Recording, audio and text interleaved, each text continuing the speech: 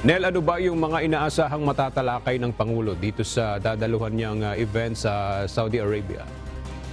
Yes, Aga, ang pagpapalakas sa relasyon ng ASEAN at mga bansa sa Middle East ang magiging sentro ng pagtalakay sa unang magaganap na ASEAN Gulf Cooperation Council Summit sa October 20 sa Riyadh, Saudi Arabia. Ayon kay Foreign Affairs for ASEAN Affairs, ASEC Daniel Espiritu, full day event lamang ang aktibidad ng Pangulo kabilang na ang pagharap sa Filipino community sa Saudi at ang GCC Summit. Ilang Arab business leaders rin ang makakaharap ng Pangulo.